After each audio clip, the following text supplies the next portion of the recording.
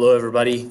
Let's talk about exponential inverses, which are called logarithms, all right? So I just defined it. The inverse of exponential expressions are logarithmic expressions, okay? So I've got a visual right here for you that you should copy down. Log base b of n equals a, and b to the a equals n. These are essentially the same statement. So let's talk about what that means. All right, so for example, 3 squared equals 9. We all know that 3 squared equals 9. At least we hope that everybody knows that. 3 squared equals 9. Well, a way to write that, another way to write that, right, because this is exponential form, right? A different way of writing that would be to say the log base 3 of 9 is 2, all right? And that's the way that it works. So these two statements are the same thing. They're just inverted. It's kind of like saying 5 times 3 is 15. And then an inverse statement would be saying 15 divided by 3 equals 5. You're talking about the same quantities, but you're using inverse operations. So the log base 3 of 9 is 2, all right? Here's something cool. Your calculator can help you out with these statements, right? Well, we all know how to do 3 squared, but if you forget, well, you can always use Desmos, right? Well, by the same token, you can say log base 3 of 9. The subscript, you do shift minus.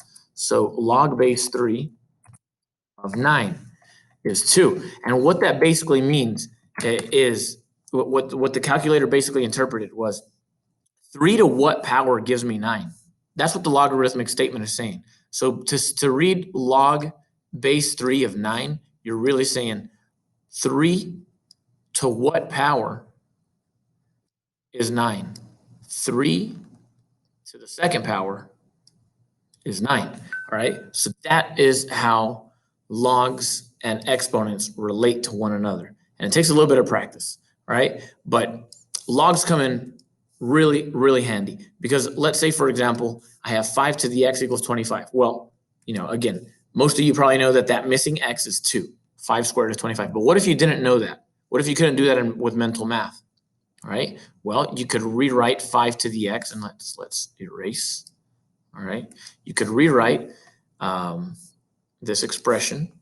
All right. 5 to the x equals 25. You could rewrite it as a logarithmic. You could invert it. You could say log base, you keep the base of the exponent, so log base 5 of 25. And your calculator will tell you, oh, well, that's 2.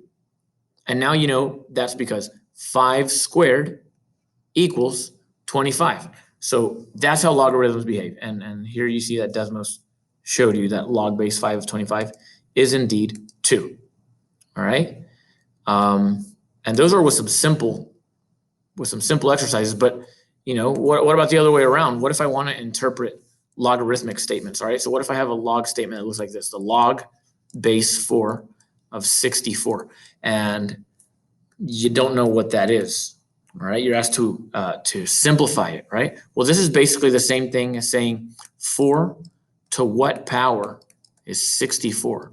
Well, you don't want to guess and check your way into finding that power. It's 3, right? But if you enter this into a calculator, it will know. It will find that missing power for you. So it's 4 to what power is 64? 4 to what power is 64? That's what this statement is saying. And that missing power is 3 because 4 to the third is 64. That's the introduction to logs.